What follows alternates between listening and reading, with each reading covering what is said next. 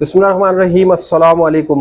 भाई तमाम लोगों का एक ही सवाल है कि ये उम्रे का जो वीज़ा है हमारा कब आएगा। हमने उम्रे का वीज़ा अप्लाई कर दिया, एजेंट को पैसे दे दिए हैं, हमने तमाम काम कर दिए, लेकिन अभी तक जो है हमारा उम्रे का वीज़ा नहीं आया है। कब तक आएगा? बहुत ज़्यादा लोग क्वेश्चंस कर रहे हैं। कुछ लोग सऊदीया में बैठे उन्होंने क्वेश्चंस किया, कुछ लोग यूके में, यूएसए में, उन्होंने कहा कि भाई हमने अप्लाई किया हुआ है तो हमारा वीज़ा कब आएगा। तो भाई देखिए, ये पाकिस्तान में जो लोग अप्लाई कर रहे हैं ना, पाकिस्तान में, इंडिया में या बांग्लादेश में, इन तमाम कंट्रीज़ में यहाँ पे अभी थोड़ा सा डिले आ रहा है। लेकिन अगर आप यूके या यूएसए की बात करते हैं तो आप लोगों को बता दूं कि आप लोगों को वीज़ा ऑन अराइवल भी मिल सकता है अगर आपके पास यूके या यूएसए का पासपोर्ट है तो। लेकिन अगर पाकिस्तानी पासपोर्ट है तो फिर आपको पाकिस्तानी वाली ट्रीटमेंट ही मिलेगी, आपको यूके यूएसए वाली ट्रीटमेंट नहीं मिलेगी। तो इन तमाम क्वेश्चंस के आंसर्स मैं आपको भी देने वाला हूँ आज की इस वीडियो में। आइए चलते हैं अपनी वीडियो की तरफ।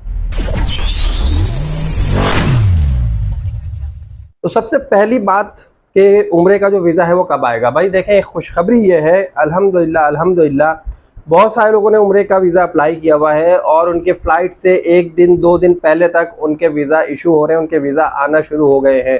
कुछ लोगों ने अपने पेरेंट्स का वीज़ा अप्लाई किया था, उनके पेरेंट्स का आ गया है, उनका अपना नहीं आया खुद का, तो वो भी परेशान ना हो, उनका भी वीज़ा आ जाएगा। कुछ लोगों ने अपनी वाइफ़ का वीज़ा अप्लाई किया हुआ है, वो परेशान है कि मेरा वीज़ा आ गया, मेरी वाइफ़ का वीज़ा नहीं आया है, तो अब क्या होगा। भाई घबराने की ज़रूरत नहीं है, आप लोगों के सबके वीज़ाज़ इंशाल्लाह आएंगे। जो डिले प्रोसेस है वो तो अपनी जगह मौजूद है, लेकिन डिले होने के साथ साथ वीज़ा इशू होना शुरू हो गए हैं, वीज़ा उतरना शुरू हो गए हैं। तो वीज़ा कब आएगा इसका कोई एग्जैक्ट आंसर नहीं है, लेकिन वीज़ा आएगा, आपकी फ़्लाइट से पहले आएगा। देखिए, बहुत सारे केसेस में ऐसा हुआ है कि वीज़ा जो है वो आपके डिपार्चर से एक दिन पहले भी आए, बहुत सारे लोगों के वीज़ाज़। और बहुत सारे लोगों के वीज़ा जो है जिस दिन उनका डिपार्चर है, एग्जांपल मैं आपको दूं कि अगर रात में उनकी फ़्लाइट है 10 बजे 11 बजे की, तो उनका वीज़ा दोपहर में 2 बजे भी आ गया है। तो आप लोगों को इंशाल्लाह वीज़ा ज़रूर मिलेंगे, परेशान होने की ज़रूरत नहीं है। अच्छा, कुछ ऐसे सेफ्टी मेजर्स होते हैं जिसकी बिना पे जो है ना आपको वीज़ा जो है वो इशू होने में डिले हो जाता है। जैसे कि लोग कहते हैं कि सेंड टू एम्बेसी हो गया, या आपका बायोमेट्रिक मैच नहीं हो रहा है, या आपकी पिक्चर समझ में नहीं आ रही है, या आपके जो भी मामलात होते हैं ना कि पासपोर्ट आपका सही स्कैन नहीं हुआ है, आपकी पिक्चर कैसी है, हालिया पिक्चर कैसी है। क्योंकि वीज़ा के ऊपर जो आपकी पिक्चर होती है ना, वो वही पिक्चर होती है जो आपके पासपोर्ट पे पिक्चर होती है। तो बहुत सारी चीज़ें होती है वो अपडेट नहीं होती, डेटा अपडेट नहीं होता, जिसकी वजह से आपका जो वीज़ा है वो डिले हो जाता है। अब सऊदीया में जो लोग बैठे हैं वो सीधा सीधा सा काम ये करते हैं कि जिनके सारे कवाइफ मौजूद होते हैं, डॉक्यूमेंट्स मौजूद होते हैं, जिनका सारा डेटा उन्हें मिल जाता है, उनके वीज़ा वो जल्दी जल्दी इशू कर रहे हैं, ठीक है। लेकिन 48 घंटे के जो डिले है, जो नुसुक उम्रा पे उन्होंने ऑलरेडी अपने पोर्टल पे बता दिया है, वो तो आ रहा है। उसके अलावा अगर आप ये पूछें कि भाई वीज़ा इसके अलावा भी डिले हो रहा है, तो बिल्कुल डिले हो रहा है। उसका मैंने आपको बता दिया है कि हमारे आईडीज़ जो बंद हुई हैं, जिसकी वजह से बहुत ज़्यादा मसले मसाइल हो गए हैं लोगों को वीज़ा में।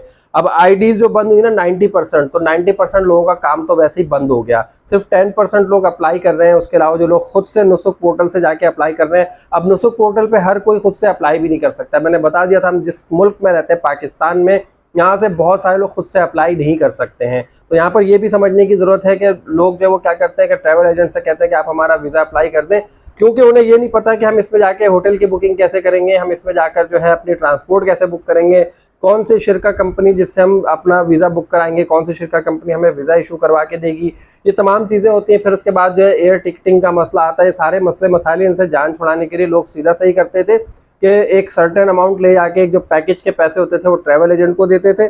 ट्रैवल एजेंट आपको वीज़ा, टिकट, सारी चीज़ें जो है ना आपको दे दिया करता था कि आपके होटल एकोमोडेशन ये है, आप इस होटल में स्टे करेंगे, आपका वीज़ा है, आपका पासपोर्ट है, सारी चीज़ें आपको मिल जाती थी। लेकिन आप खुद से नहीं कर सकते, क्योंकि हमें पता ही नहीं है कि हमें किस जगह से जाके कौन सी चीज़ बुक करनी है। और अभी प्राइसेस भी जो है ना इसकी चेंज हो गई है। बहरहाल इस बहस में इस डिटेल में नहीं जाऊँगा, प्राइसेस कहाँ पहुँच गए हैं पिछली वीडियो में बता चुका हूँ। अभी मैं आपको बता दूं कि आप लोग अगर ये चाहते हैं कि आप लोगों के वीज़ा में कोई रुकावट ना आए और आप लोग जो है किसी भी तरह आपके वीज़ा मज़ीद डिले ना हो किसी वजह से, तो आप लोग जाकर बायोमेट्रिक ज़रूर कर लें। अब बायोमेट्रिक कैसे करना है भाई? बायोमेट्रिक करने के लिए मैं आप लोगों को बता चुका हूं कि आप लोग जाएंगे प्ले स्टोर पे। प्ले स्टोर से आप वहां पे जाके आपने लिखना है मोफा जब लिखेंगे तो सऊदीया वीज़ा बायो ऐप होगा उसमें, तो वो आपने जो है अपने मोबाइल में इंस्टॉल कर लेना है और उसमें जो है आपने जाकर अपना बायोमेट्रिक करना है। आपका वहाँ पर पासपोर्ट स्कैन होगा, आपको फिंगरप्रिंट्स देने हैं वहाँ पर आपको अपनी डिटेल्स देनी है, बताना है कि भाई आपका जो है वो कौन सी कंट्री से आपका वीज़ा इशू हो रहा है, कौन सी एम्बेसी से हो रहा है। आपको ये भी बताना होगा कि अगर आप पहले वीज़ा ले चुके हैं तो क्या इसी पासपोर्ट पे ले चुके हैं, नहीं ले चुके हैं। अच्छा, इस पे जो है ना मैंने एक डिटेल वीडियो बनाई है जो कि मेरे दूसरे चैनल पे मौजूद है। दूसरे चैनल पर दूसरा जो मेरा चैनल है उसका मैं स्क्रीनशॉट आपको दिखा रहा हूँ, उस वक्त आप स्क्रीन पे देख रहे होंगे, मेरा दूसरा चैनल है। आप यहाँ पे जाके इसकी मुकम्मल ट्यूटोरियल, मुकम्मल गाइडेंस देख सकते हैं कि ये जो बायोमेट्रिक की ऐप है इसको हम कैसे यूज़ कर सकते हैं।